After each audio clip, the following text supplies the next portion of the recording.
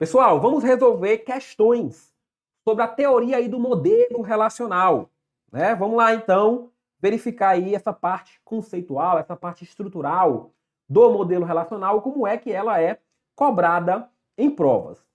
CESP-Sebrasp 2021. Aí vem lá. Em um sistema gerenciador de banco de dados, as restrições de integridade são utilizadas para... Olha só, o que ele pergunta, então. Ele quer saber para que servem as restrições de integridade. As restrições de integridade. Vamos lá, item a item. Letra A. Limitar a quantidade de dados acessados pelos usuários. É esse o objetivo? Limitar a quantidade de dados acessados pelos usuários. Restrição de integridade é para isso? Para limitar o acesso aos dados pelos usuários? Não tem nada a ver, né? Nada a ver. Nada a ver. B. Controlar os formatos de entrada de dados e garantir a validade da entrada de dados. Pessoal, olha só, esse item, né? Esse item, ele é um item bem dúbio. Vamos deixar ele aqui, tá? Vamos deixar ele aqui. Letra C. Conservar o espaço de armazenamento? Não. Restrição de integridade não tem a ver com gerenciamento de armazenamento, com gestão de armazenamento. Letra D. Proteger contra danos acidentais em banco de dados? Será, professor?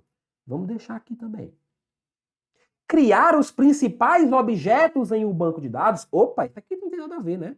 Restrição de integridade é para criar objeto? Não. Quem cria objeto no banco de dados é o quê, pessoal? Que aspecto que cria objeto no banco de dados? É o aspecto manipulador.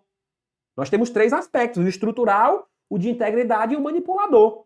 Quem cria objetos, quem cria as coisas e manipula os dados, é o aspecto manipulador. Nada a ver com o aspecto restrição de integridade. Aí ficamos em duas, professor. E agora, né? E agora, pessoal, seguinte. Aí agora você vai ficar com 50% de chance de acertar a questão. Mas nós vamos lá. Essa questão aqui foi dada como item D. Proteger contra danos acidentais em banco de dados. O que significa isso, pessoal? Por quê? Porque se você tem restrições de integridade, por exemplo, um conjunto de dados, um campo, né, um valor que tem que ser inserido e tem que respeitar aquela formatação, não vai ser possível um usuário inserir uma informação errada. Inserir uma informação acidentalmente, erroneamente e acidentalmente. Então, se você tem um CPF que exige que seja preenchido com 11 dígitos e não aceite letras, por exemplo, não vai ter esse dano acidental de informação errada do CPF. Perfeito? Então, esse aqui é o gabarito. Aí vamos voltar para a letra B.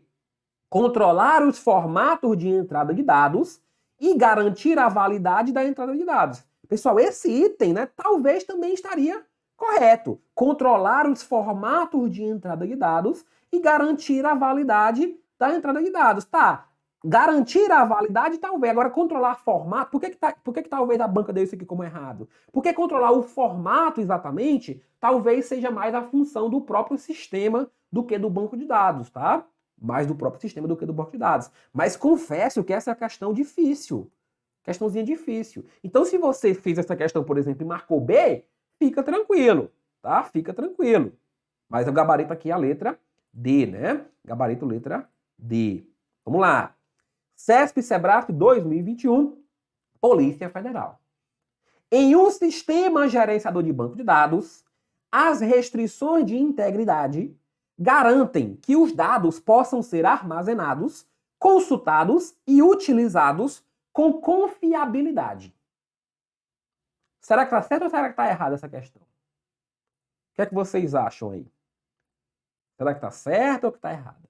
Em um sistema gerenciador de banco de dados, as restrições de integridade garantem que os dados possam ser armazenados, consultados e utilizados com confiabilidade. Questãozinha de restrição de integridade. Pessoal, está correta. Qual que é o objetivo da restrição de integridade? É preservar a consistência dos dados. É preservar a confiabilidade daqueles dados. Se as regras, se as restrições são respeitadas, então pressupõe-se de que os dados vão estar corretos, vão ser confiáveis, vão estar consistentes, não vão estar descumprindo nenhuma das regras. Perfeito? Então, essa questão está correta.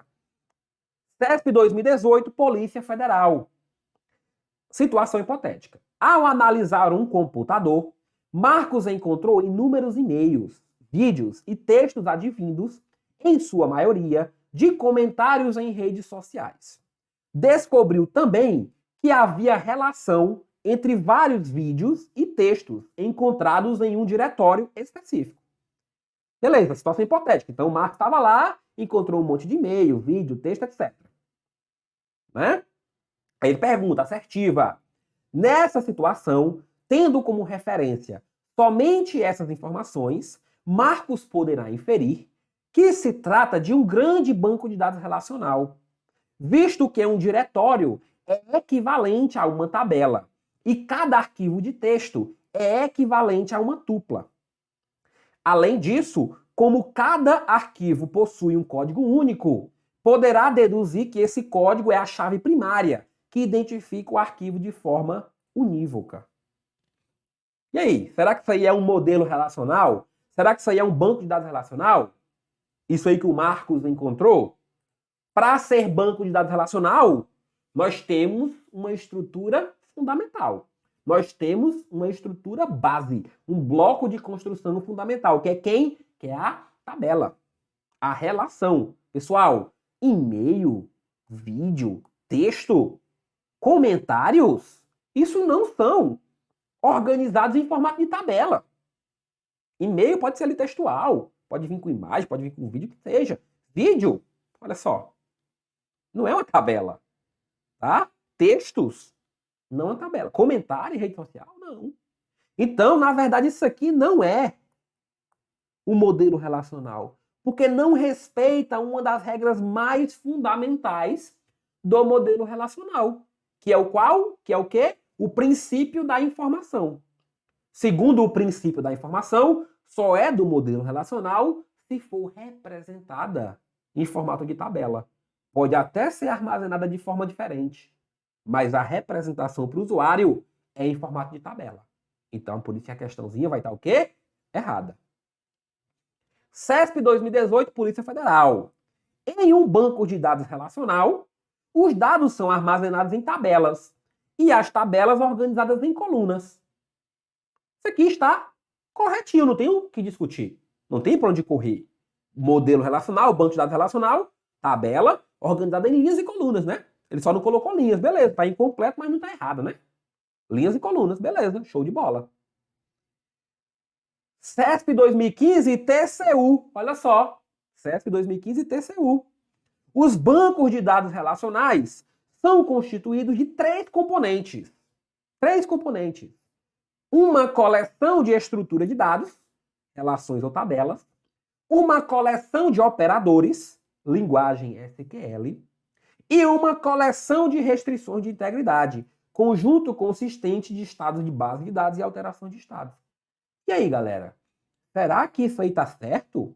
Ou será que está errado? Em banco de dados relacional construir três componentes? Perfeito! Isso aqui é justamente a organização dos bancos de dados segundo a arquitetura ANSYS Spark. Três componentes. Estruturas, coleção de estruturas, que são as tabelas ou relações.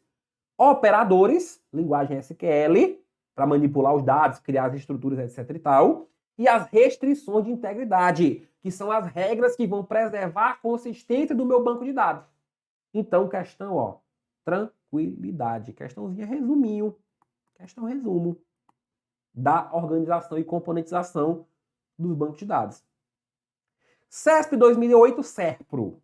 O modelo relacional, que foi o primeiro modelo de banco de dados formal, é embasado na lógica de predicados e na teoria de conjuntos.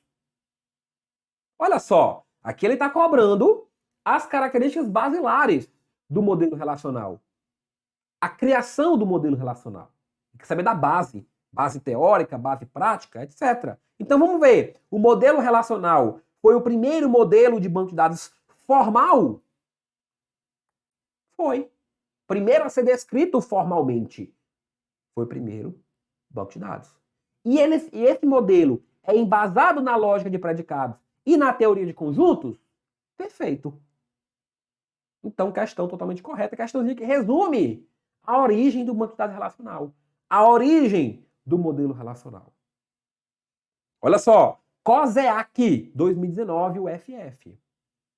A integridade dos bancos de dados é mantida por meio das...